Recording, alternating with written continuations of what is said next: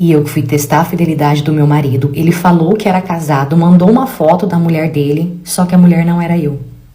Escuta só, o meu marido, ele viajava muito a trabalho por conta da empresa dele dando palestras. E dependendo da cidade para onde ele ia, às vezes ele ficava 2, 3 dias e às vezes até um mês. E eu tenho uma loja de roupas, então sempre que ele ia pra cidade perto, que ele ia ficar tipo poucos dias, eu ia junto com ele. E assim, nesses 13 anos de casamento, claro que a gente já teve vários desentendimentos, brigas por conta de ciúmes, outros motivos, só que eu nunca peguei traição.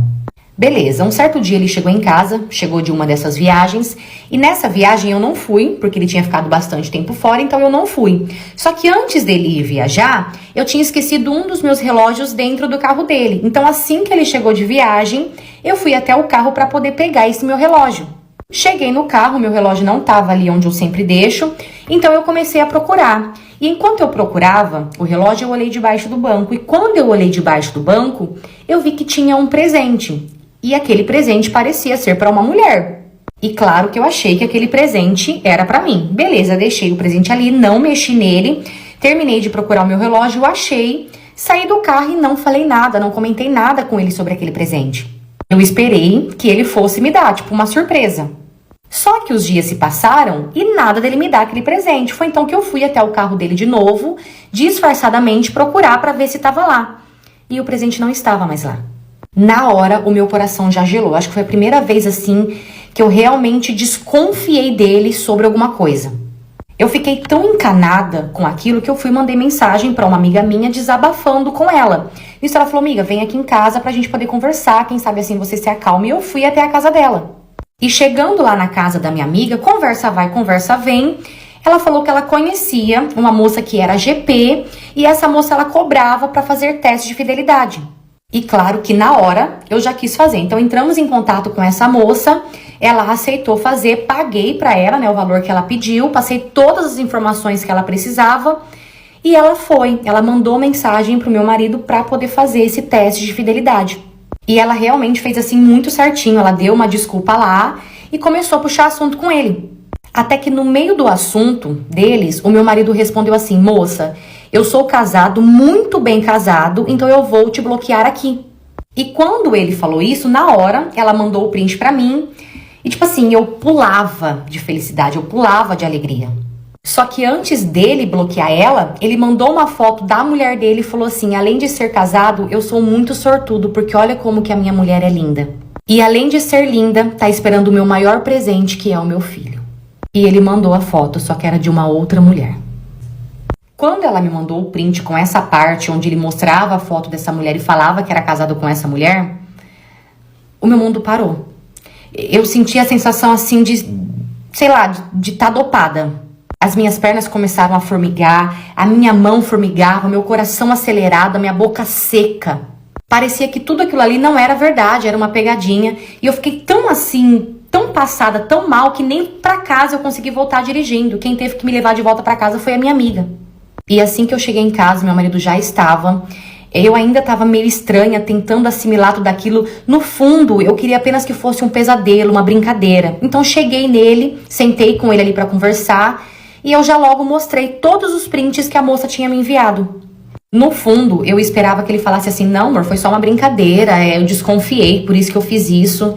Só que não, ele acabou confessando tudo mesmo. E ele falou que já tinha um tempo que ele queria me contar sobre isso, só que ele não sabia como. Ele falou que ele acabou se apaixonando por uma menina que entrou para trabalhar na empresa dele. Eles começaram, aos poucos, eles foram conversando, tendo contato, começaram a ficar. E essa menina acabou engravidando. E depois que ele descobriu sobre a gravidez dela, ele pediu ela em namoro, montou um apartamento para os dois, para eles poderem ficar juntos, tipo, morarem juntos. E ali ele pediu o divórcio para mim, para poder se casar com ela. Ele falou que ele não queria nada, que eu poderia ficar com tudo, no caso, depois que a gente se casou, tudo que era meu e dele, ele falou que ele não queria nada, ele realmente abriu mão de tudo, ele assinou um papel deixando, tipo, tudo pra mim, ele falou que ele só queria poder me deixar bem pra ele poder viver em paz com ela. E assim foi, ele foi embora, meses depois, o bebê dele nasceu, e eles estão juntos até hoje, dá pra ver que eles estão bem, aparentemente eles vivem felizes. E eu, durante muito tempo, eu fiquei assim ainda estado de choque. Parecia que em algum momento eu ia acordar e tudo aquilo não ia passar de um pesadelo. Durante muito tempo eu fiquei assim, sabe? Mas graças a Deus eu consegui tratar isso na terapia e eu consegui me libertar de todo esse sentimento que eu tinha, desse amor que eu tinha. E hoje eu vivo a minha vida muito bem, não preciso de homem pra nada, não dependo de homem pra nada, tenho meu sustento, direto eu viajo com as minhas amigas, viajo sozinha porque a minha companhia me basta, eu aprendi a me amar a minha companhia. E com tudo isso eu acabei me tornando muito seletiva. E quando eu falo seletiva é até pra ficar mesmo, imagina pra namorar. Mas é aquilo, se um dia eu tiver que encontrar uma pessoa que realmente for pra ser, vai ser, na hora certa vai aparecer. E eu que fui pro motel com um boy e no meio da hora H esse homem morreu. E o pior não é nem isso. Eu trabalho numa empresa de imóveis planejados e eu conheci essa pessoa no meu trabalho, ele era meu cliente. E na época ele pegou meu número, começamos a conversar, surgiu o interesse, até que nós começamos a ficar. E assim, ele me buscava no meu trabalho, ele me levava embora. Às vezes ele me buscava em casa para me levar pro trabalho. Todo final de semana ele me levava para conhecer lugares diferentes, todos os lugares assim muito chiques. Até que um dia a gente saiu pra jantar e depois do jantar ele perguntou se eu tava afim de pegar um motel, fazer algo diferente, porque até então a gente nunca tinha ido no motel. E eu falei que sim, que eu topava. Beleza, chegamos no motel, começamos ali a nos beijar, né? O clima começou a esquentar, começamos a tirar as roupas até que ele pediu licença e foi pro banheiro. E enquanto ele foi pra banheira, eu fui pra hidro. Só que pra eu passar pra ir pra hidro, eu tive que passar pelo banheiro. E quando eu passei pelo banheiro, eu vi que ele estava tomando uns remédios.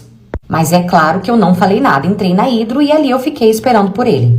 Beleza, ficamos ali na hidro, conversamos bastante, bebemos, até que lá tinha uns negócios de amarrar na cadeira, em cima assim, e ele perguntou se ele poderia me amarrar pra gente poder aproveitar ali o momento. E eu falei que sim, tranquilo.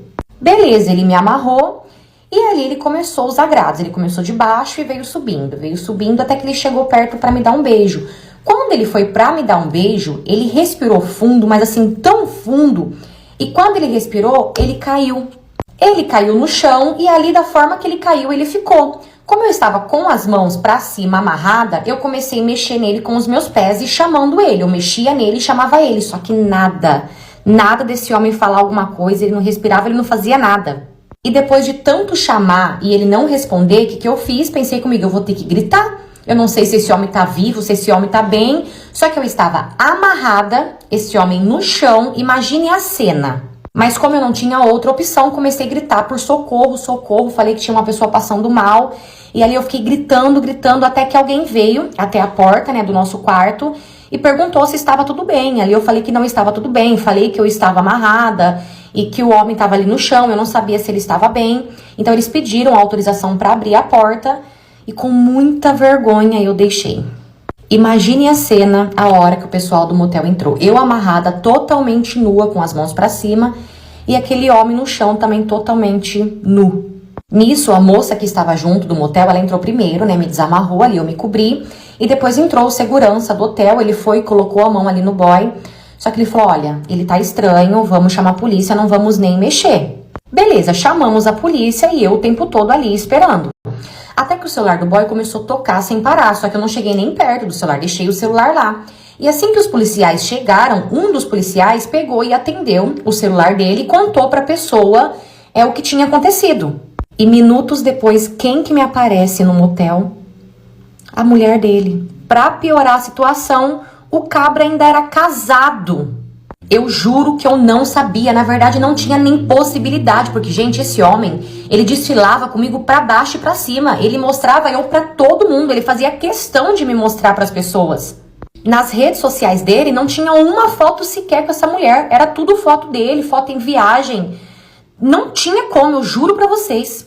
Eu sei que eu fiquei assim, eu já estava em choque, mas quando eu vi aquela mulher e descobri que ele era casado, cara, eu fiquei pior ainda. E é claro que quando ela me viu, ela veio pra cima de mim, me acusando, dizendo que eu tinha preparado uma armadilha pra matar o marido dela, que eu arrastei ele ali na intenção de já tirar a vida dele, pra poder roubar ele, sabe, umas coisas tão assim.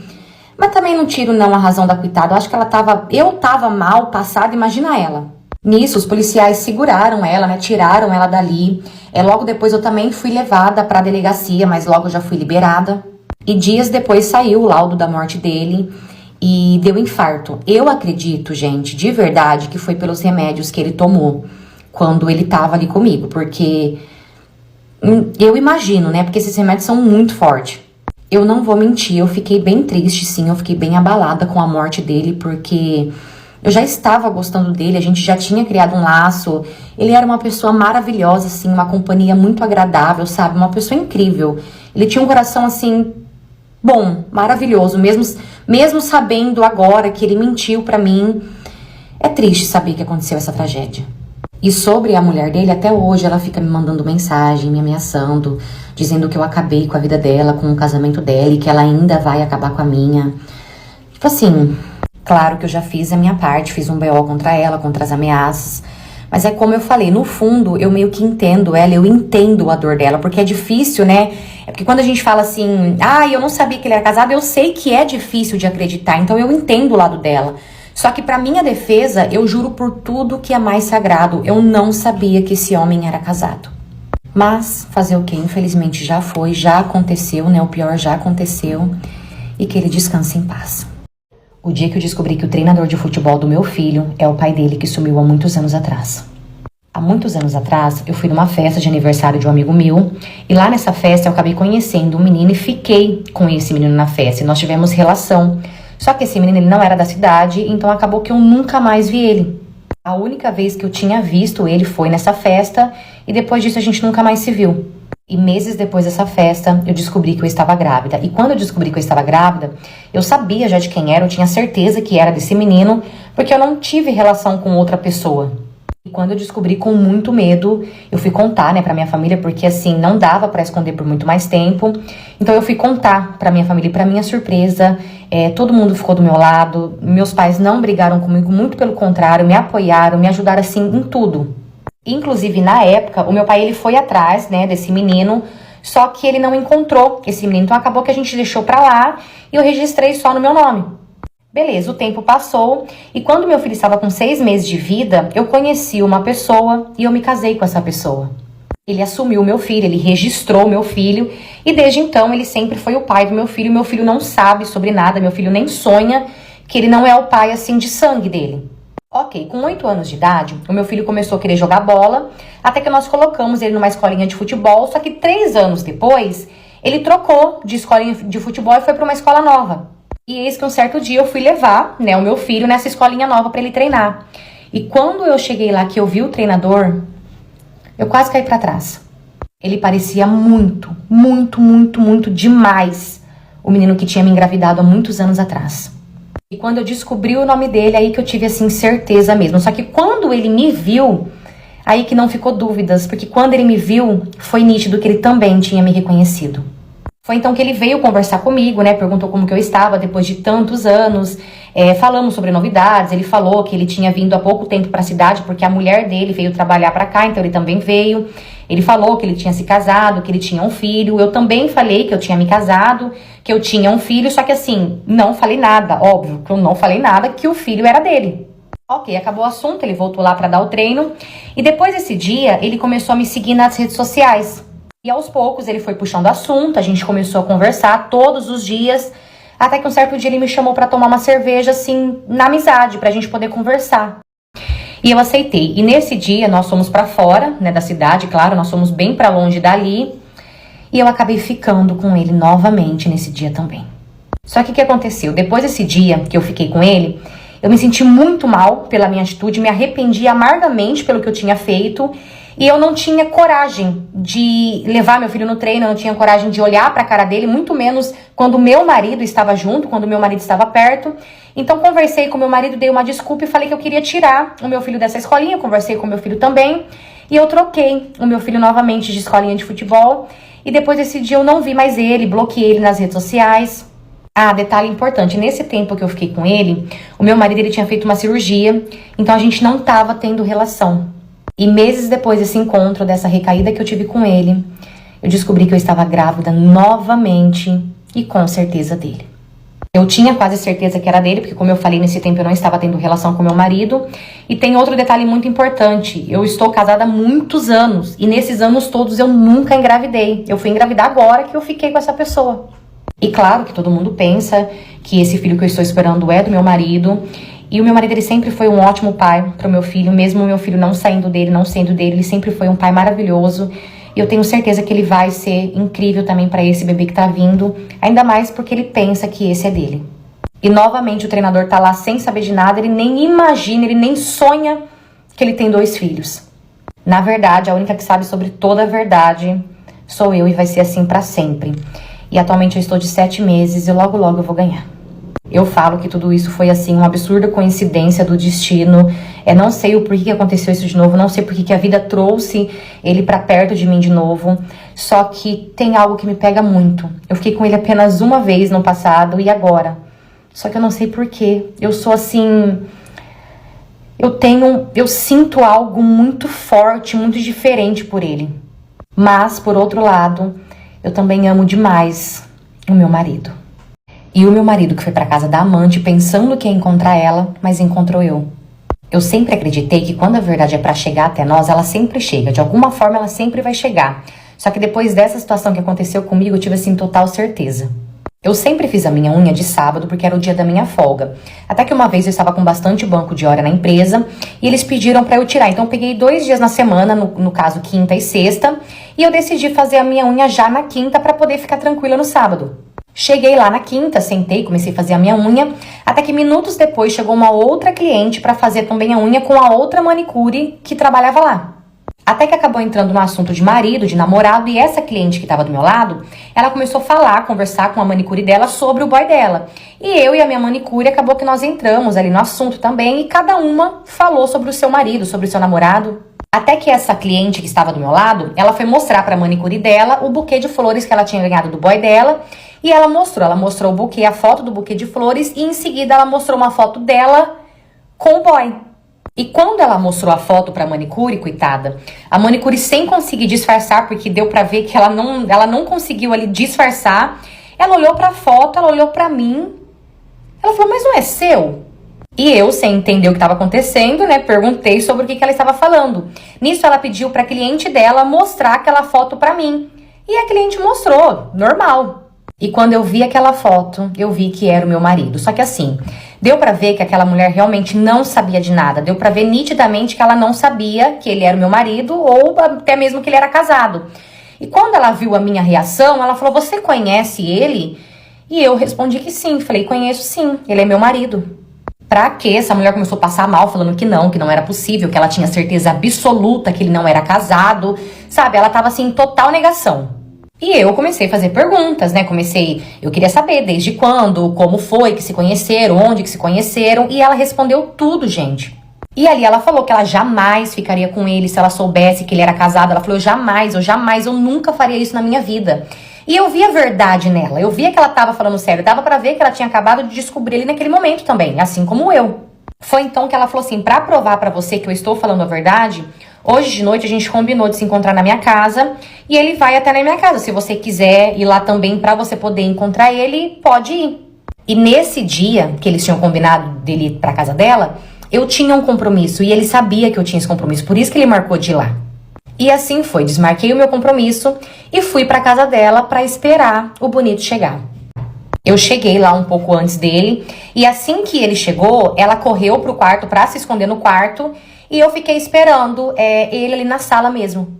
E quando eu abri a porta pra ele entrar, que ele viu que era eu, esse homem quase teve um infarto.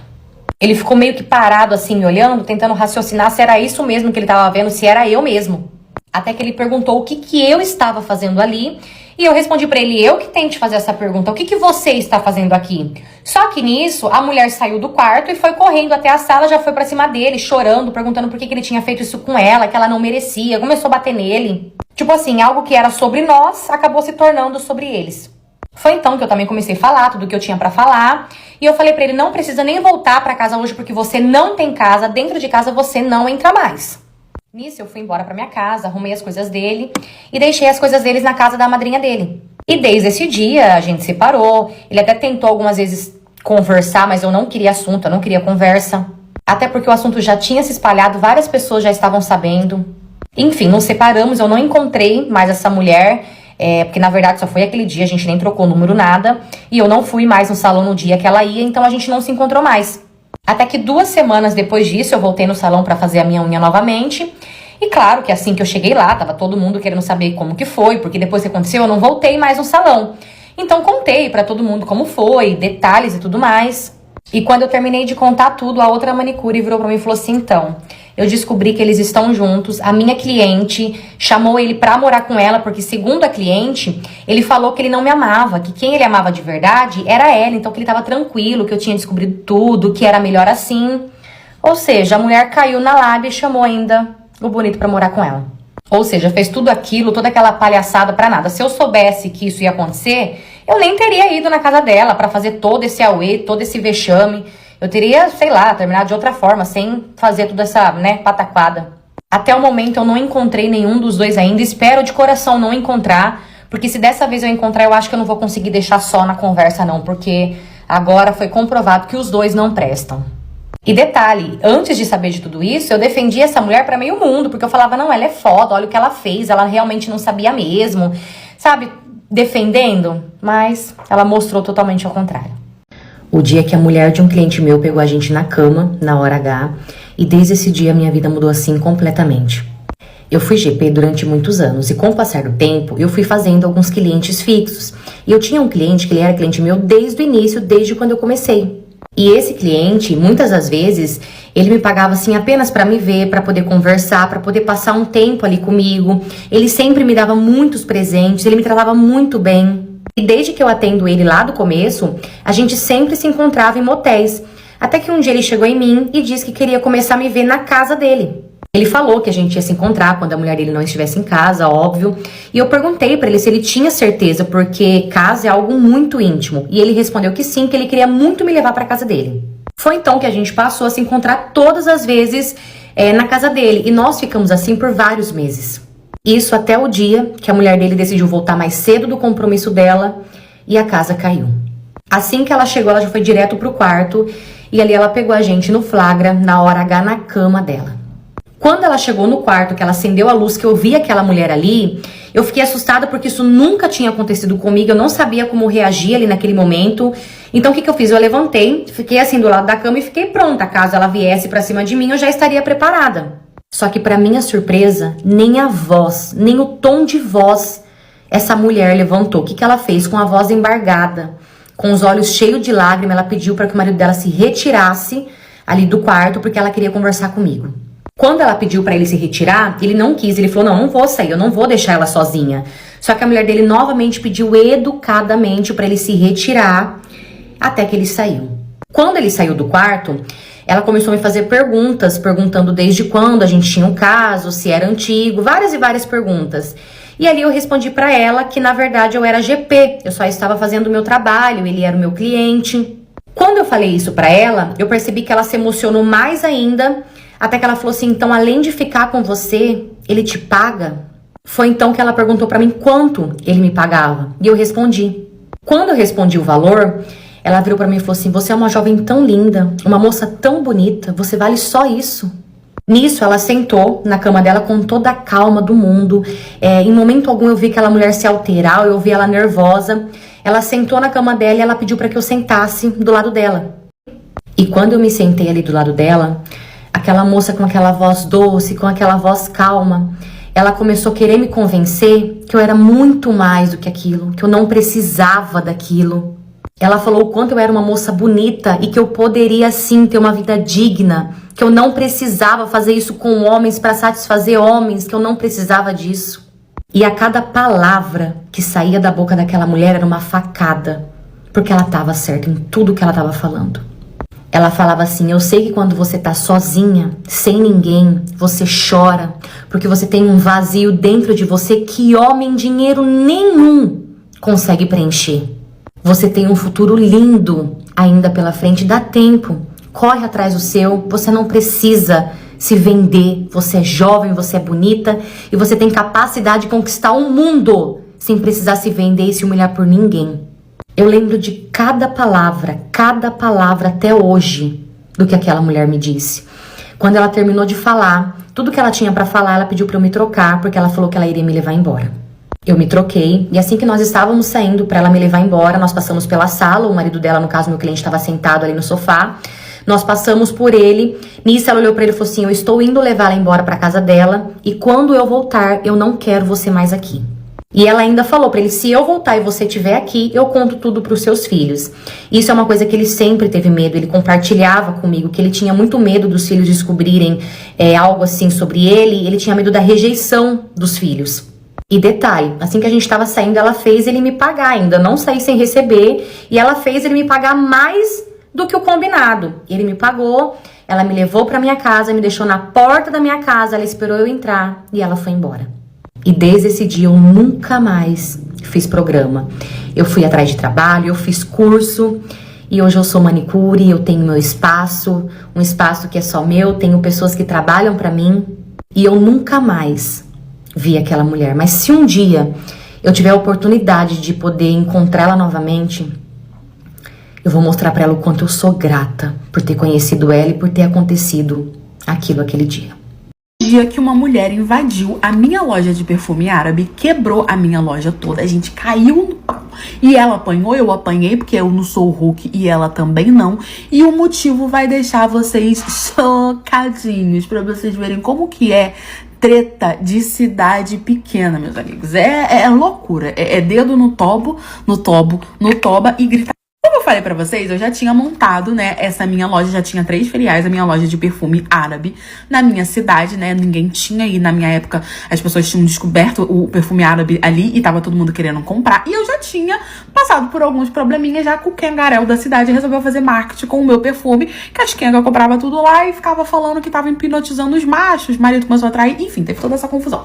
Mas eu recuperei, né, dessa situação, não fechei minha loja, obviamente, e continuei tranquilamente vendendo os meus perfumes e tudo mais. Abri uma 4ª filial, tava, gente, puro suco do sucesso. Porque é que eu falei pra vocês, eu não comecei do nada, eu tinha como investir porque meu marido tinha dinheiro, então eu fui investindo mais e fiz meu próprio negócio do negócio dele. E como vocês sabem, eu fico na loja principal, que é a minha sede. E aí um belo dia, eu tinha acabado de sair pro almoço, né, quando a minha funcionária me liga falando que tinha uma mulher lá fazendo escândalo e falando que queria falar comigo e que se eu não fosse lá, ela iria quebrar a minha loja toda. E assim, gente, eu já tinha passado a situação das 3 senhoras que tinha ido lá reclamar que o marido tava traindo porque eu tava vendendo perfume árabe, porque a culpa era de todo mundo, menos o alecrim, né? Eu falei, caraca, mais uma confusão, meu Deus do céu. Eu falei, ó, fala pra ela que eu já tô chegando. E ela falando, vem logo, ela tá muito nervosa, quer falar muito com você, que não sei o que, não sei o que lá. E não falava pra minha funcionária o que era, falando que o assunto ia ser diretamente comigo. Eu falei, pronto, devo ter pegado o marido dela e não tá sabendo. Saí lá do restaurante, gente, até que um pouco assim, assustada, né, com a situação, e fui diretamente pra minha loja. Quando eu já cheguei entrando, a mulher tava na porta e ela falou, nem entra, eu estou te esperando aqui do lado de fora. Mesmo pé que eu fui, eu voltei. E ali ela começou a gritar, berrar na frente da cidade toda, de todo mundo que tava ali, que minha loja ficava bem no centro. Ela começou a berrar, perguntando pra mim se eu conhecia um perfume chamado Dania. Que inclusive esse perfume aqui que eu tenho é muito bom, realmente ele já causou algumas confusões, vende lá na Matioli Store, tá? Só tô mostrando pra poder aqui argumentar com vocês. É esse daqui, ó, Dania. Ele é caro e bom. E eu falei pra ela que sim, que eu conhecia esse perfume, até porque era um sucesso, porque ele tinha lançado há pouco tempo. Então todo mundo queria o tal do Dania, que ele era afrodisíaco, não sei o que e tal. E aí ela começou a falar. Fala não, né? Falar tava falando eu, berrando. Eu tava tentando manter a calma. Afinal de contas, eu era uma profissional. Afinal de contas, né? Eu tentava lidar com a mulherada chifruda que chegava lá na minha loja reclamando, mas daquele jeito ali nunca tinha acontecido, não. Só foi aquela lá. Que o marido dela tinha uma amante e que ela sabia da existência dessa amante. E até aí eu tava me perguntando que bulhufas eu tinha a ver com isso, porque eu com certeza não era amante do marido dela, porque eu não traía meu marido. Eu falei, você tá achando o quê? Que eu sou a amante do seu marido? Não tô lhe compreendendo. E aí ela falou berrando, né? Que ela e essa amante estavam em uma guerra fria, disputando o Jurandir, quem que ia ficar com aquela beleza rústica e duvidosa. E aí eles estavam nessa luta, né? As duas, pra ver quem que ia ficar com ele, porque ela sabia que ele tinha amante, mas não queria que ele saísse de casa. Então ela tava tentando agradar ele de todas as formas. Mas que a amante comprou o bendito do perfume árabe, o tal do Dânia, e que ela não tinha comprado esse perfume porque falava que era perfume de Kenga. Meu perfume ficou conhecido como de perfume de Kenga. Ainda bem que tinha bastante Kenga na minha cidade e as esposas começaram a comprar com medo dos maridos ir lá sentir o cheiro nas Kenga, né? E aí ela falando ela comprou esse perfume e começou a usar. E que esse perfume deixou o marido dela completamente louco. E que ele tinha saído de casa, né?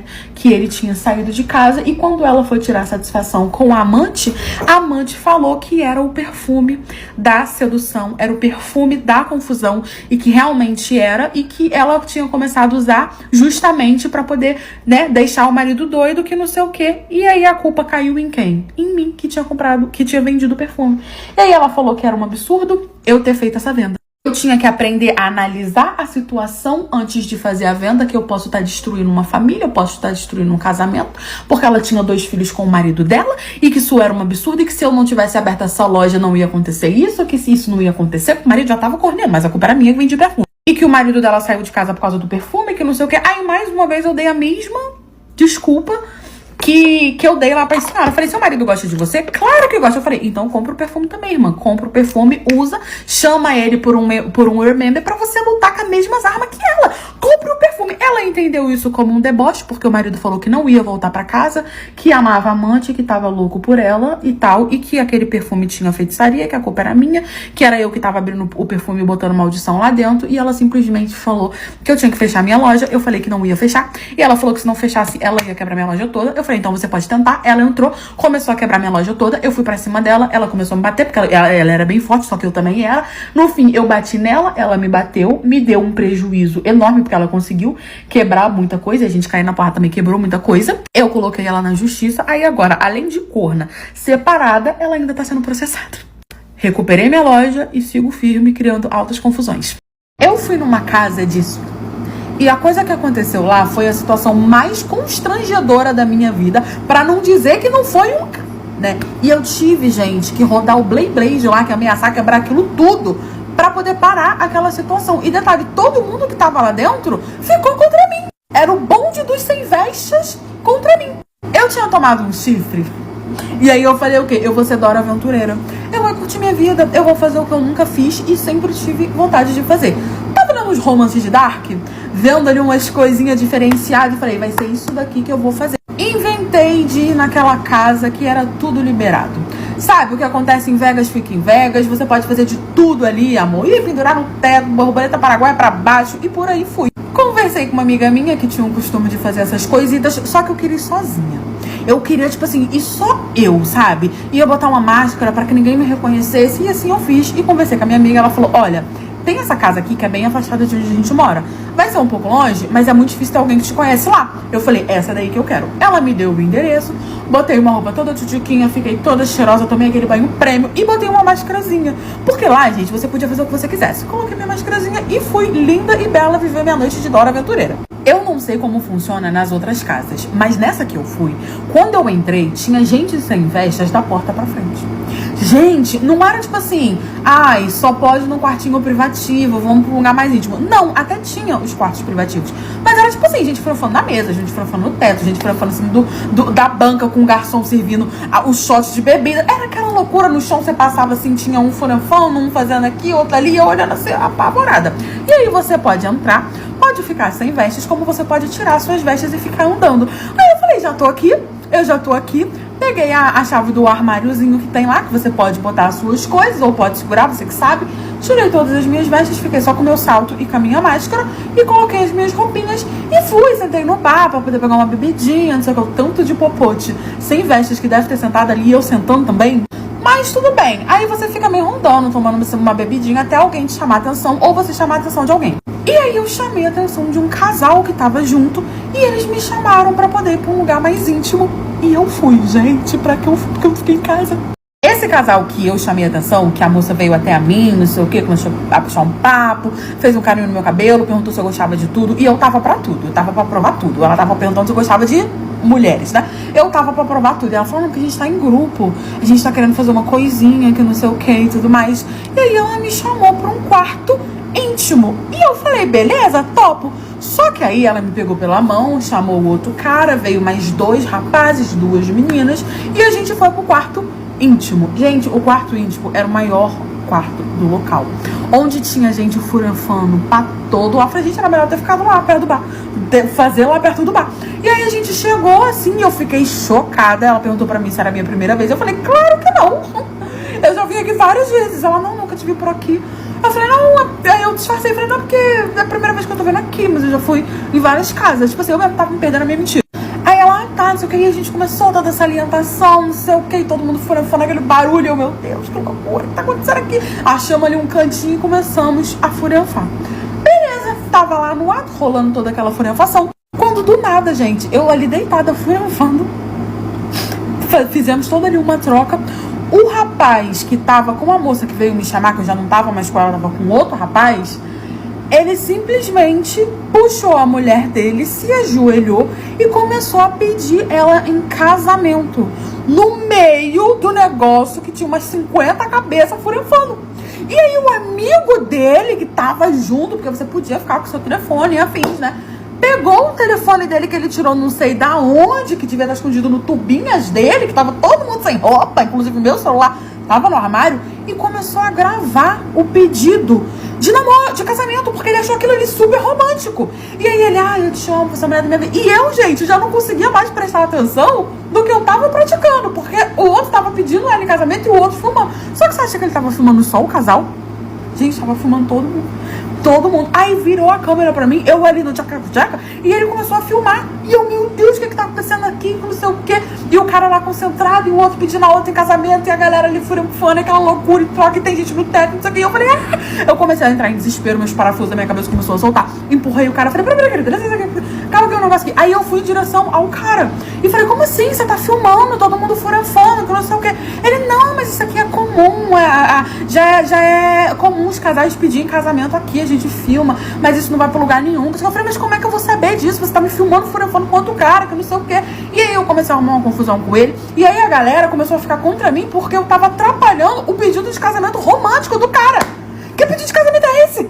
E a mulher que foi me chamar, que era a que tava sendo pedido em casamento, veio pra cima de mim, falando que eu tava estragando o casamento dela, o pedido de casamento dela, e eu falando que eu não queria ser filmada furefando, que ela tinha que me entender, porque ela era mulher como eu, e ela falando que quem tava ali sabia que ele podia de tudo, que não sei o que. Eu falei, tudo bem, mas que fica aqui, como eu vou saber que isso não vai sair daqui? Gente, começou uma confusão, eu sei que todos os sem vestes, os pelotas, começaram a ficar contra mim, virou aquela confusão. Eu peguei o telefone do cara, espatifei o telefone dele no chão, dei uma confusão, a mulher veio pra cima de mim, a gente começou a brigar, que não sei o que, todo mundo brigando sem vestes, e separado ali, todo mundo se pegando ali, sem sabe? Ai, gente, olha que cena horrorosa. No fim, eu fui pro armarinho, peguei todas as minhas coisas, botei a minha roupa e fui embora e nunca mais voltei naquela casa.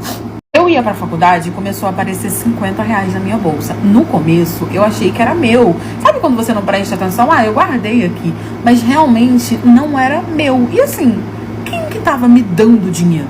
Depois que eu comecei a reparar que eu não estava esquecendo esse dinheiro na minha bolsa e que todo dia tinha alguém que, quando eu ia pra faculdade, colocava R$50 na minha bolsa, eu comecei a prestar atenção. E aí eu percebi que não era diário, que não era uma coisa assim, todo dia acontecia a mesma coisa, que não era tipo assim, 3 vezes na semana. Era uma coisa assim, bem louca, sabe? Às vezes aparecia 100, às vezes aparecia 150. Aí, tipo assim, às vezes era tipo assim, um dia sim, um dia não. Às vezes era todo dia. Às vezes era tipo assim, segunda sim, sexta não. Aí às vezes era tipo assim, segunda sim, aí terça, aí quarta não, aí quinta sim, aí sexta não. Sabe? Era uma coisa bem assim, variada. Não era contínua, sabe? Eu não gastava aquele dinheiro, até porque eu não sabia de quem ele era. Eu tava guardando aquele dinheiro. E, gente, sem brincadeira, passou-se um mês e eu já tinha mais ou menos uns R$1.500 em nota de 50. Porque tinha dia que era mais, tinha dia que era menos. E eu não tava entendendo o que tava acontecendo. No começo, eu até achei que era algum colega meu da faculdade me zoando. Falei, gente, tá bom, quem tá deixando R$50 na minha bolsa? O que tá acontecendo? Que não sei o que. E eles falaram, gente, não foi a gente, como assim? O que foi? E aí eu falei, sei lá, eu devo ter esquecido, então eu disfarcei. Porque eu percebi que realmente ninguém fazia ideia do que eu tava falando. assim, gente, convenhamos, não é como se fosse uma coisa ruim. Meu Deus, olha, alguém tá deixando R$ 50 na minha bolsa vários dias. Não é isso, mas tava me deixando extremamente curiosa. Por quê? Quem é que tava me dando? E de onde vinha aquele dinheiro? E por quê? A primeira atitude que eu tive foi não deixar a minha bolsa mais na sala, né? Porque geralmente a gente deixava lá quando ia pro intervalo. E era geralmente quando eu voltava e o dinheiro tava lá. Bom, alguém tá entrando dentro da sala e tá deixando o dinheiro ali, né? Então não vou deixar mais. Eu passei a deixar no meu armário. Na minha faculdade você pode alugar o armário e ficar com a chavinha durante o ano letivo e você guardar suas coisas lá, até por causa de livros, assim. E aí, quando eu tirei a minha bolsa da sala e comecei a levar comigo, começaram a deixar o dinheiro dentro do meu armário. E eu, curiosa com aquilo, sem gastar o dinheiro, contei pra uma amiga minha o que estava acontecendo. Ela ficou tão curiosa quanto eu e falou, a gente tem que arrumar um jeito de descobrir o que tá acontecendo. Só que na minha faculdade, as câmeras eram nos corredores, né? Dentro da sala não tinha. Então, assim, ou a gente ia na diretoria e falava, olha, a gente quer a câmera pra saber quem tá deixando R$ 50 dentro da minha bolsa ou do meu armário, que não fazia sentido. Ou a gente podia bolar um plano pra poder descobrir o porquê que esse dinheiro aparecia dentro da minha bolsa ou dentro do meu armário. Eu voltei a deixar a bolsa dentro da minha sala, né? Depois que a gente conversou o que a gente ia fazer. Isso, gente, porque a gente trocava de sala, tá? Tipo assim, por exemplo, uma aula era numa sala, outra aula era numa sala. Muitas das vezes a gente saía de uma sala, pegava a bolsa, ia levar para outra sala e descia para poder comer, lanchar e afins. Só que parecia que a pessoa tinha toda a minha grade da faculdade, que sabia os meus horários, em qual sala eu iria estar e sabia qual era a minha bolsa. E aí ela falou, ó, a gente vai fazer o seguinte, antes do intervalo, a gente vai ter que deixar nossa bolsa naquela sala que tem um murinho atrás. E como a pessoa já vai esperar que você saia para poder, né, ir lanchar e tudo mais, se você ficar, vai ser suspeito, eu vou ficar escondida atrás do murinho, esperando alguém chegar, e quando chegar eu vou filmar para poder te mostrar, e assim a gente vai descobrir quem é. Eu topei, a gente bolou o plano, só que calhou de no dia que a gente escolheu fazer, a pessoa não apareceu, não aconteceu nada, ela ficou esperando e não veio.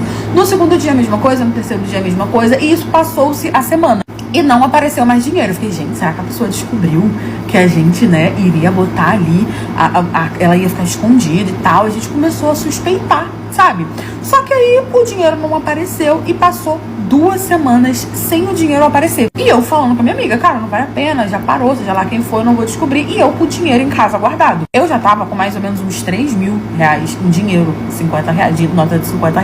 E aí ela começou a me questionar, mas o que você vai fazer com esse dinheiro? Não sei o que. Eu falei, cara, eu vou botar no banco, e se um dia aparecer algum engraçadinho que fez essa brincadeira, eu devolvo. Porque a minha preocupação é, eu vou gastar, e chega a pessoa e fala, eu tava te trollando, me devolve meu dinheiro. Eu não ia ter 3 mil pra poder dar do nada. Acabei esquecendo aquilo, veio a semana de prova, eu deixei pra lá, passou mais ou menos umas 3 semanas, ou seja, tinha passado 2 semanas, 3 semanas, completou mais uma semana, quando o dinheiro apareceu de novo na minha bolsa. E aí eu chamei minha amiga e falei, apareceu o dinheiro de novo. Ela tem certeza que você não esqueceu? Eu falei, não, eu tenho certeza que foi a pessoa que deixou o dinheiro. E aí ela falou, então vamos colocar o nosso plano em prática. Só que a gente só ia ter aula nessa sala que tinha muretinha, que ficava meio com uma piazinha assim pra poder se esconder, não sei porque tinha aquela pia ali, na sexta-feira. E isso aconteceu na segunda-feira. Ela, vamos esperar. E a semana toda a pessoa deixou o dinheiro dentro da minha bolsa, R$ 50, às vezes 150, às vezes R$ 200.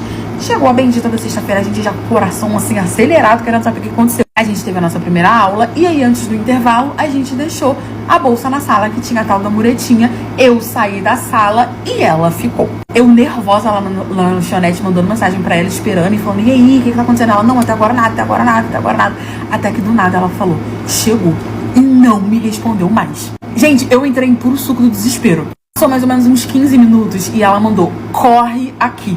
Quando ela mandou a mensagem falando, corre aqui, gente, eu saí em disparado pra aquela sala de aula, porque eu já não tava mais me aguentando. E quando eu cheguei, ela tava aos berros, com um professor segurando ele pelo braço, falando que ele não ia sair e filmando a cara dele. Eu entrei com tudo, gente. Quando eu entrei, ele ficou pálido. O senhor faltou pouco desmaiar. Era um senhor que trabalhava lá na faculdade, era o nosso professor. Eu tinha tido uma matéria com ele, só que ele também era responsável pela administração da faculdade, umas coisas assim, sei lá o que ele era. Ele era responsável lá. Então ele tinha acesso aos meus horários, ele tinha acesso às minhas grades, ele tava de olho em mim, né? E aí a minha amiga falou, amiga, é ele que tá vindo e colocando dinheiro dentro da sua bolsa. Mas pasmem, não é que colocar dinheiro na bolsa seja uma coisa ruim, como eu falei pra vocês. Mas por quê? Por que a pessoa dá tanto dinheiro assim? Ele tinha dinheiro, ele era um homem que tinha dinheiro, né? Inclusive, acho que R$50 pelo motivo foi até pouco. Mas tudo bem. E aí, ele viu que a gente já tinha pegado ele. Ele viu que a gente já tinha filmado. Minha amiga falou, eu já te filmei, não adianta você correr. Ele calado, não adianta você correr. Ele só tentava se soltar. E eu falando, e fechei a porta assim, falei que ele não ia sair enquanto ele não me explicasse.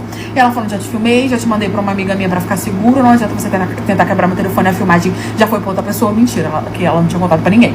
E aí ele viu, né, ficou assim assustado, viu que não tinha como ele fugir. Ele meio que começou a chorar, sabe? Ficar tipo, ai, não acredito que vocês me descobriram, não sei o que e tal. E aí ele sentou na cadeira.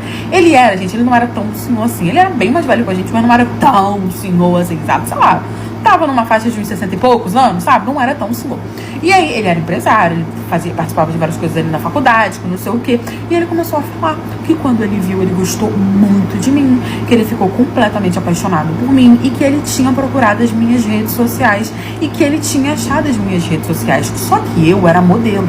Então tinha muita foto minha, principalmente em collab ou tipo nos menções, sabe? Quando a pessoa te menciona na foto, fotos minhas de modelo, fotos minhas mais sensuais, fotos minhas mais tipo assim, com poucas roupas. E aí ele simplesmente disse que salvou todas e que todos os dias à noite ele ficava no 5 contra 1 pra mim, entendeu? E que ele se sentia muito mal com isso, porque eu tinha idade pra ser filha dele, que não sei o que e tudo mais. E aí ele entendia que era um trabalho como modelo. Ele, como pra ele parar a culpa dele, ele colocou na cabeça dele que aquilo ali era um trabalho de modelo meu e que eu precisava ser paga por isso. E que todas as vezes que ele ia no 5 contra 1, ele botava R$50 na minha bolsa e que quando era mais de uma vez ao dia, ele ia botando o dinheiro, juntava e colocava lá. E que ele tava tentando parar, que tinha dias que ele ficava sem, que ele tentava demais, que ele tentou ficar ele conseguiu ficar umas 3 semanas sem, mas que todo dia que ele me via, ele ficava maluco, não sei o que e tal, e ele falando. Só que enquanto ele tava falando, a minha amiga tava gravando, porque ela não era boba nem nada, mas ele achou que ela tinha parado de gravar. Gente, eu fiquei completamente assustada, obviamente, porque isso, assim, superava a doença, sabe? A loucura. Eu falei pra ele que ele era maluco, eu falei que ele era desequilibrado, que eu ia contar pra todo mundo, que eu ia procurar meus direitos. Eu sei que ele começou a pedir pra que não sei o que e tal, começou a meio que... gente, e virou uma confusão. Eu saí correndo, corri pra sala do diretor, mostrei tudo, a minha amiga também, a gente mostrou os vídeos, mostramos os áudios. No fim, ele foi demitido, eu entrei contra ele e eu fiquei com o dinheiro. Esse dinheiro tá no meu banco até hoje, um reserva, o processo tá rolando, eu tô pedindo indenização e eu, gente, se o juiz pedir de volta ou alguma coisa assim do tipo que eu tiver que devolver a ele, eu vou devolver, acredito que não. Mas eu realmente tomei as medidas cabíveis porque aquilo ali me assustou muito, fiz medida protetiva, todo esse rolê. Gente, que coisa maluca de acontecer, sabe? Meu marido confundiu os ovos de Páscoa. Foi confusão e separação bem na manhã de domingo de Páscoa. Eu era casada com esse Jurandir há 12 anos. 12 anos, que esse maço de beleza rústica duvidosa. Só que eu não tinha filhos. Falei pra ele que não queria ser mãe. Ele super concordou, falou que também não queria ser pai. Então a gente tava super de boa. Mas eu nunca pensei que logo na Páscoa eu ia descobrir sobre o caráter do meu marido. Por quê? Os sobrinhos deles vieram passar ali a Páscoa com a gente. Então nós fomos comprar ovos, né? Só que a gente não queria comprar ovos em mercado, nem essas coisas. A gente queria mandar fazer para poder ajudar o comerciante local. E onde a gente morava, tinha várias pessoas que faziam ovos de Páscoa e era tipo assim, muito legais. Você podia fazer temático, você podia fazer com foto, você podia fazer com mensagem, você podia fazer do jeito que você quisesse. Bastava chamar a pessoa, mandasse exatamente especificado do jeito que você quisesse. Ela te falava o valor com o material, tudo incluso, tudo certinho, tudo bonitinho. E foi assim que a gente resolveu fazer. Ele falou, olha, minha irmã vai vir com os meus sobrinhos, né? Ele tem 3 irmãs. A minha mãe também vai vir, né? E a minha família ia passar a Páscoa na casa de uma irmã minha que morava em outro estado. Então, de qualquer forma, tudo bem. Ele não tinha pai, ia vir a mãe dele, os sobrinhos e as 3 irmãs dele. E aí a gente, como sempre, como todo ano, resolvemos fazer o ovo de Páscoa dessa forma, né? Só que ele falou que ia escolher a pessoa que ele queria, porque tem várias pessoas que fazem, e eu falei que ia escolher a minha, a gente fazia surpresinha pra família, pipipipopopó. Mandei fazer os meus ovos, ele mandou fazer os ovos dele. Chegou o domingo de Páscoa, abençoado, a gente acordou cedo, começamos a preparar as coisas, os ovos estavam tudo embrulhadinho, lá bonitinho, vinha alguns em cestinha, outros não. Então, de jeito que a gente mandou fazer, eu fiz pra todo mundo, ele também.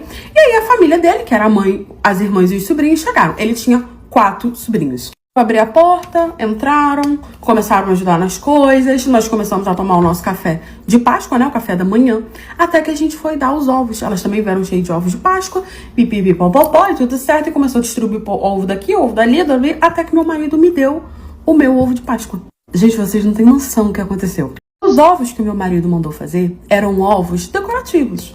Eram ovos que tinha fotos, que tinha mensagem, que era com colher, vinha uma banda aqui, uma banda ali com uma cestinha, não sei o quê. E aí ele mandou fazer ovos desse pra mim e para as irmãs dele e pra mãe dele, né? E aí ele deu pra cada uma, a gente já tinha distribuído, e o ovo dele tava tão bonito, eu até perguntei pra ele quem que era a moça que tinha feito, né? Porque tava muito bonito. O ovo dele tava tão bonito que eu fui abrir. Só que quando eu tava abrindo o meu, a irmã dele deu-lhe um berro absurdo. Não! Esse aqui é o seu, eu acho que ele entregou errado. Só que ela tava tão desesperada que eu fiquei, não, calma, tudo bem, tá tudo certo. Só que eu já tinha aberto assim, ó. Quando eu abri, eu meti o carão ali dentro e eu vi que tinha uma foto. O ovo que tava comigo era o ovo que ele ia dar pra uma das irmãs dele. Sim, só que essa irmã em si não era irmã de sangue. Ela era uma irmã de consideração que a mãe dele pegou pra criar quando ela era criança. Parece que era filha de uma amiga dela que foi de arrasta, ela adotou. Eu não entendi direito. Eu sei que era uma irmã que eu sabia que não era uma irmã de sangue. E foi essa irmã que deu o berro. Ele deu o ovo, o meu ovo, pra ela e o ovo dela pra mim. E essa irmã dele era mãe de 2 filhos que, segundo ela, o pai não quis assumir. As outras 2 tinham o pai, mas tinham se separado. A gente nunca entendeu muito bem essa história dessa irmã que tinha 2 filhos de 2 pais que, segundo ela, eram pais diferentes e que não quiseram assumir a criança. Ela não correu atrás, não quis saber de pensão, nem nada, não sei o que, só disse que ia sustentar os filhos dela sozinha. A gente achou isso muito estranho, mas a gente respeitou. A gente tem que respeitar uma mãe. E ela ficou desesperada. Não, me dá aqui, que não sei o que e tal. Só que eu já tinha visto a foto. Eu já tinha visto. Eu falei, não, calma aí, querida. Dá licença que ela veio correndo. Que eu falei, calma aí, querida, que eu já vi aqui a foto. Quando eu abri, tinha uma foto grande e várias fotos pequenininhas dos 2. Deitado na cama. Ele beijando a barriga dela. Ele abraçando ela. Ele segurando a criança, que eu nem sabia que ele tinha ido no hospital quando nasceu. E aí, na mensagem dela, no ovo dela, tava escrito: para a mãe dos meus filhos e amor da minha vida. Ele deu esse ovo pra ela não contando que ela fosse abrir na minha casa. Na verdade, ele não contou que eu fosse abrir o ovo errado. Ele não contou que ele ia me dar o bolo errado. Eu com tudo ali, bem explícito, descobrindo que eu tava sendo corta na manhã de domingo por um ovo de Páscoa. O ovo de Páscoa eu tava com todas as informações. A mensagem, as fotos, bumerangue, tudo bonitinho. Eu fiquei completamente chocada. Eu fiquei assim, em choque. Peguei aquela cesta de ovo e joguei na cara dele, que fui amassando na cara dele, virou aquela confusão. E eu comecei a falar, mãe, o que tava acontecendo? Comecei a mostrar a foto, a mãe ficou chocada. Eles eram amantes, mas não podiam se assumir, porque a mãe não ia aceitar que eles ficassem juntos. Então ele era casado comigo, tinha 2 filhos com ela, sustentava os filhos e ficava indo na casa dela, só não dormia pra eu não suspeitar. Obviamente falava pra mim que trabalhava até determinado horário, mas na verdade trabalhava até determinado outro horário, que nesse horário ele ficava com ela. Eu descobri, dei nele, dei nela, botei todo mundo pra fora, me separei. Obviamente a mãe dele, as outras irmãs pediram desculpa, né, ficaram assim totalmente sem graça. Eu me separei, mas foi aí na Páscoa que eu descobri que eu era corna e que meu marido ainda tinha 2 filhos com uma irmã de consideração dele. Estou sendo processada porque eu confundi a cor dos ovos e acabei revelando um chifre a quem eu não deveria revelar. Eu trabalho com ovos de Páscoa gourmet, né? E a gente sabe que na Páscoa é uma loucura, é uma confusão. A gente corre pra lá e corre pra cá. E os meus ovos, eles já eram bem conhecidos, né? Então eu tinha os meus clientes, certo? Eu tinha as minhas encomendas. Sempre chegavam mais, né? Mas eu já tinha a minha doceria. E aí, na época de Páscoa, eu trabalhava fazendo ovos gourmet, ovos de colher, o jeito que você pedisse. E um belo dia eu recebi uma mensagem de um cliente que, segundo ele tinha vindo por indicação. Alguém tinha indicado os ovos para ele e ele queria fazer uma encomenda muito grande. Ele perguntou, né, se eu tinha tempo para poder fazer essa encomenda, que ele iria encomendar mais ou menos uns 15 ovos. E eu falei que tudo bem, que tinha sim, e que era para ele me mandar por escrito tudo o que ele queria. As embalagens, o sabor do ovo, se era com colher, sem colher, trufado, não trufado. Temos várias variedades. E com isso ele foi me mandando tudo o que ele queria. Se ele queria com mensagem, se ele queria com aqueles papelzinhos, se ele queria com fotos, aí para mandar fotos, se ele ia revelar e levar lá, como é que ia ser. Pedi para ele me mandar tudo. E assim, ele fez especificadamente, basicamente era ovo para a família toda dele, ele botou uns nomes, eu não sabia quem era, não tenho nada a ver com isso, comecei as produções dos ovos e ele falou que no dia seguinte ele ia levar umas fotos, porque apenas um ovo ia ter fotos, e eu falei que tudo bem. Comecei a fazer os ovos, ele veio no dia seguinte e me entregou as fotos, eram umas fotos dele e de uma moça, que eu não sabia quem era, eu não sabia quem eram aquelas pessoas. Falei que tudo bem e coloquei nos ovos que ele havia solicitado, tudo bonitinho, tudo lindinho, tudo maravilhoso. Fiz ali toda a encomenda, terminei, pedi para ele poder vir buscar, ele veio buscar, me pagou e foi embora. No domingo de Páscoa, depois de eu ter trabalhado a semana toda, assim, absurdamente, era de tarde, já tinha passado a Páscoa. Quando eu tava lá na porta conversando, sabe quando você termina, assim, aquele almoço e se senta, assim, na calçada pra poder conversar? Então, sabe o moço que tinha encomendado vários ovos, 15 ovos? Eu não sei como ele descobriu meu endereço e parou o carro na porta da minha casa e começou a fazer um escândalo. Ele desceu do carro extremamente alterado e começou a gritar comigo, falando que eu tinha confundido a cor da embalagem dos ovos e que eu tinha dado a cor do ovo errado pra ele, porque os ovos que ele pediu eram ovos bem temáticos. Tinha uns mais simples, tinha outros menos simples, né? E aí, o ovo que tava com a foto, ele pediu, parece que rosa, e eu confundi com vermelho. Então eu embalei bonitinho e ele levou. E aí ele berrando, falando que o ovo que era vermelho era pra esposa dele. E o ovo rosa era pra mulher dele. Era pra amante dele. E eu confundi e coloquei a cor errado. Ele foi entregar o da amante, entregou o vermelho. E o da esposa, né, que era pra ser o vermelho, ele entregou o rosa. E aí quando ela abriu a cestinha com o ovo bonitinho, tava lá a foto com a amante. Parece que essa amante era do trabalho dele, que segundo ele começou a contar toda a história dele, revoltado. Segundo ele tava conhecendo ela ainda, né? Eles tinham saído algumas vezes, tanto que as fotos não eram tipo umas fotos íntimas, era uma foto, assim, de casal tomando um chá, sei lá, um café. E aí ele tava conhecendo ainda, quis dar um agrado, levar os ovos pra mulher. Eu confundi a embalagem, ele levou pra esposa dele. A esposa fez um escândalo, se separou dele e ele foi na minha casa pra poder me cobrar satisfação. Cara, eu fiquei sem saber o que fazer, sem saber o que falar. Comecei a pedir desculpa pra ele, falei que dia de semana de Páscoa era muito corrido, que foi uma confusão, que foi um erro meu, mas que eu não sabia o que fazer, que eu sentia muito pelo casamento dele, mas que era ele que tava traindo a esposa dele, que não era minha responsabilidade o chifre, né? Eu falei, olha, o chifre não é culpa minha, eu confundi a embalagem dos ovos, você não tinha que mandar fazer comigo os mesmos ovos que você ia fazer pra sua amante, pra sua esposa, pra sua... sei lá quem. E aí ele começou a fazer um barraco, começou a meio que vir pra cima de mim, meu marido se meteu, virou toda aquela confusão, e ele simplesmente me processou na justiça, porque eu confundi as embalagens dos ovos e a esposa dele descobriu que era corna, porque ele entregou os ovos errado pra família, pra esposa dele. Vocês acreditam nisso? Aí agora eu vou ter que resolver na justiça essa coisa ridícula de que a mulher dele separou dele, que descobriu o chip, que a culpa é minha. Eu que faço ovo de Páscoa. Eu fui enganado por 9 meses pela minha esposa, que disse que estava grávida. Isso aconteceu recentemente. Quando eu descobri tudo, eu terminei o meu casamento e eu saí traumatizado. E eu realmente não consigo ainda processar, digerir o que aconteceu comigo. Eu conheci minha esposa na faculdade. Ela tinha os mesmos objetivos que eu. Ela era super centrada, super inteligente. Ali eu me identifiquei demais com ela. A gente começou ali um romancezinho e aquilo durou. A gente começou a namorar. Eu conheci toda a família dela.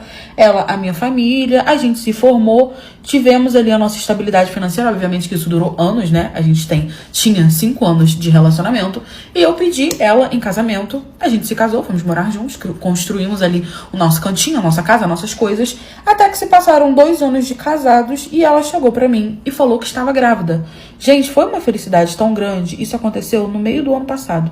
Foi uma felicidade tão grande, tão grande, tão grande na minha vida, porque eu já tinha tudo, sabe? Eu tinha minha profissão, eu tinha minha casa, eu tinha minha esposa e agora eu ia ser pai. Era o que faltava realmente pra eu completar ali todos os meus objetivos de vida. Eu, como era louco pra ser pai, fiquei muito feliz e ali começou todo o preparativo pra receber, né, o meu bebê.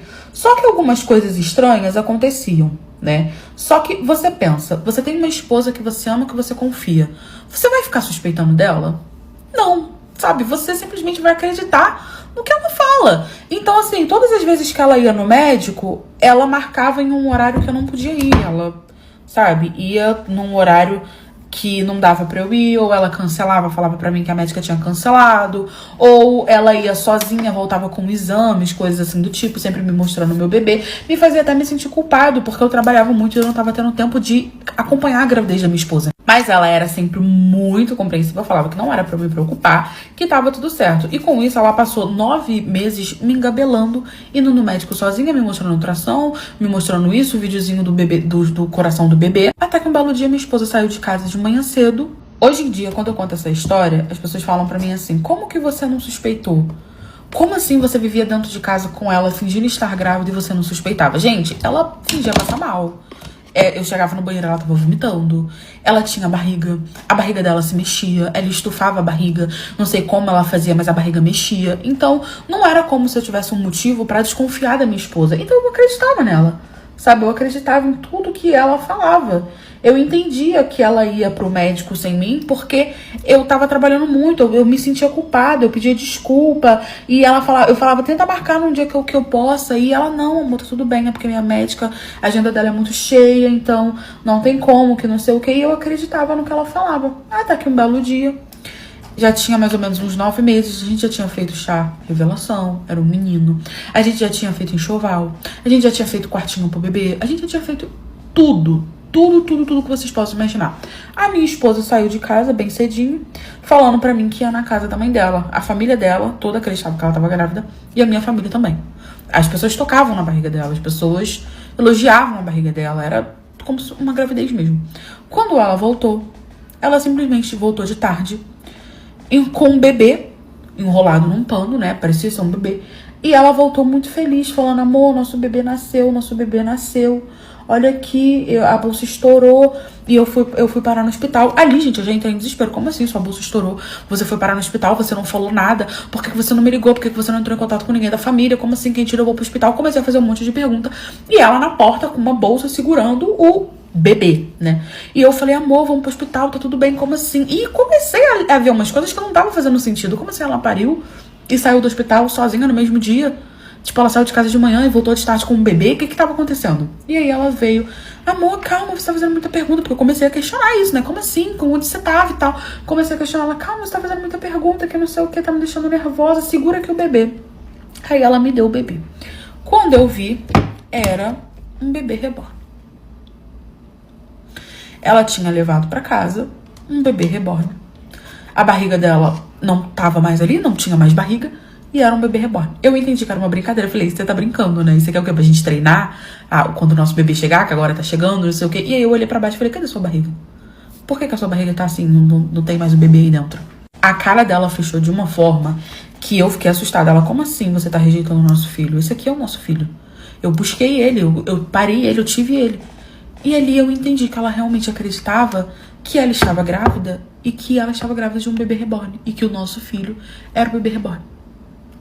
Eu entrei em desespero, falei, você tá brincando comigo, não é possível, o que tá acontecendo? Eu liguei pra família dela, os pais dela vieram, ficaram chocados igual a mim. A gente descobriu que ela fingiu estar grávida, ela acreditou que ela estava grávida e que ela tinha o bebê, que o bebê era um bebê reborn.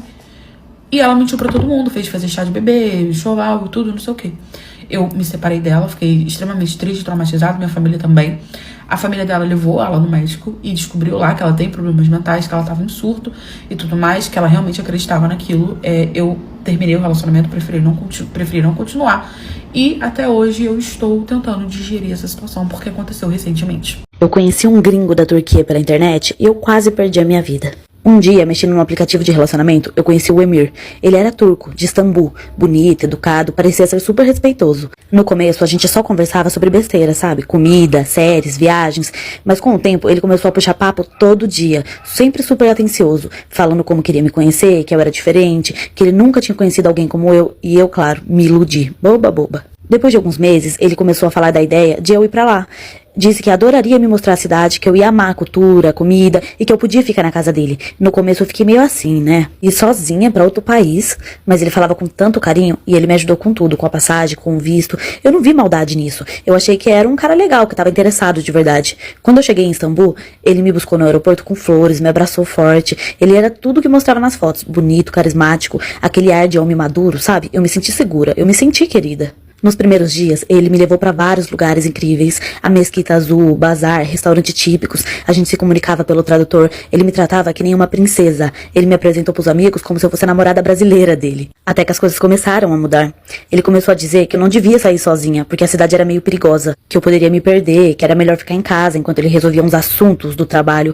Até aí, beleza, né? Eu achei que ele tava só sendo cuidadoso comigo, sabe? Só que aí, depois ele me pediu meu passaporte.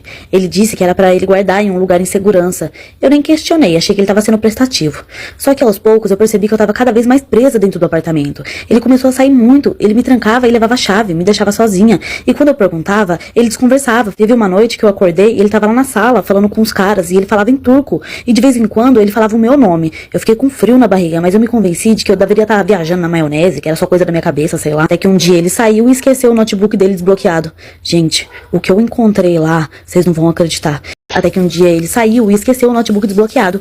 Eu nem ia mexer, gente, juro. Mas a curiosidade foi maior. E sei lá, alguma coisa estava me falando que eu devia olhar. Quando eu abri, eu achei uma pasta com o meu nome. Meu nome mesmo, gente, juro. E dentro tinha uma cópia do meu passaporte, exames médicos que eu nunca fiz. Informações sobre minha tipagem sanguínea, meu peso, minha altura. Nossa, na hora me arrepiou a espinha, me deu um pânico. Eu continuei fuçando, tremendo, e achei conversas dele com outros caras, falando sobre tráfico de órgãos. Tinha umas coisas muito específicas, tipo contatos, protocolos, tipo como levar a pessoa, o que fazer. Foi ali que eu entendi que eu não era uma namorada, eu era um alvo. Naquele momento minha cabeça quase explodiu, eu queria gritar, correr, mas eu respirei fundo e pensei, gente, porque se ele perceber que eu sei, ele me mata. Fiquei agindo normalmente, fingindo que tava tudo bem, que tava apaixonada, que não tinha visto nada, que não sabia de nada. 2 dias depois, ele saiu pra esse tal encontro de negócios. Foi aí que eu aproveitei. Vasculhei aquele apartamento de cabeça pra baixo. Achei a chave reserva da porta, achei meu passaporte escondido numa gaveta trancada. Peguei as minhas coisas e fugi. Corri, gente, corri tanto. Até que eu consegui encontrar uma delegacia. Eu expliquei como pude. Mostrei as fotos das coisas que eu tirei do notebook com o celular. As fotos. Por sorte, tinha um policial que falava inglês. A polícia agiu super rápido. Me levaram pra um lugar seguro e depois descobriram que o Emir fazia parte de uma quadrilha internacional de tráfico de órgãos que atraía mulheres de outros países, isolava e vocês já sabem o resto, né? Eu consegui escapar, voltei pro Brasil viva, graças a Deus, mas com cicatrizes que nunca vão sumir. Hoje eu tô bem e eu conto a minha história como um alerta. Mulheres, não caem nesse papinho de homem perfeito da internet, não. Quem vê cara, não vê coração. A minha sogra é uma narcisista maldita. Alerta gatilho, terror psicológico. Gente, eu nunca pensei que pudesse viver um pesadelo assim. A minha sogra, ela não é só uma pessoa difícil ou só uma pessoa chata. Ela é uma mulher doente, narcisista, manipuladora, controladora, uma verdadeira predadora emocional. Quando eu conheci o meu marido, ele falava dela como se ela fosse uma santa. A minha mãe me ensinou tudo que eu sei. A minha mãe criou 2 filhos sozinho. Eu achava lindo, né? Eu achava que ela ia ser tipo uma segunda mãe pra mim. Nossa, como eu fui ingênua. No começo, ela fingia simpatia. Aquele sorriso falso, o olhar que te analisa com quem decide se você serve ou não. E as primeiras brincadeiras já vinham. Nossa, você parece tão insegura. Será que consegue dar conta do meu filho? Nossa, eu ria desconfortável. Eu achava que era só uma piada, mas não era. Do nada, essa mulher começou a aparecer em lugares que eu frequentava. Eu ia na manicure, ela tava lá, por acaso. Eu ia no mercado, dava de cara com ela. Ah, só passando. Eu não percebia, mas ela tava me cercando. Sempre sorrindo, sempre querendo ajudar. Até que ela começou a me contar histórias de relacionamentos passados do meu marido. Ela me diminuía com frases disfarçadas. Ah, ele sempre gostou de mulheres mais caseiras. Você é tão livre, né? Gente, mas o pior foi quando a gente noivou. Pelo amor de Deus. Gente, essa mulher começou a sabotar até a minha sanidade mental. Na noite anterior ao casamento, ela me ligou de madrugada, dizendo que teve um pressentimento ruim, um pesadelo, e que não era bom eu me casar naquele dia, pra mim pensar bem antes de casar com o filho dela. Eu ignorei, dormi, chegou o dia seguinte, aconteceu o casamento, e quando eu subi ao altar, que eu vi ela tava de vestido branco e longo, e tava com um véu na cabeça, juro pra vocês, juro. Ela falou que era só uma tradição familiar, que eu não precisava me preocupar. Ai, gente, nossa, aquilo desceu rasgando na minha goela. Ignorei totalmente e o casamento fluiu. Gente, depois do casamento que começou todo o inferno na minha vida. Então, depois do casamento, começou o verdadeiro inferno na minha vida. Ela aparecia na nossa casa sempre. Eu acordava e ela tava lá, sentada na sala, tomando café.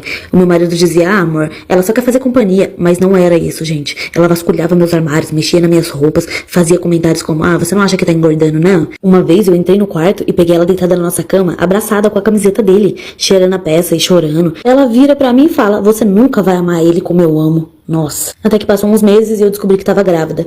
Ela soube e começou a se oferecer pra me ajudar. Mas na verdade ela só queria me controlar. Dizer que eu era responsável, que o meu leite ia ser fraco, que eu não saberia nem cuidar de um bebê. Chegou a falar que se fosse por ela, eu nem teria filhos.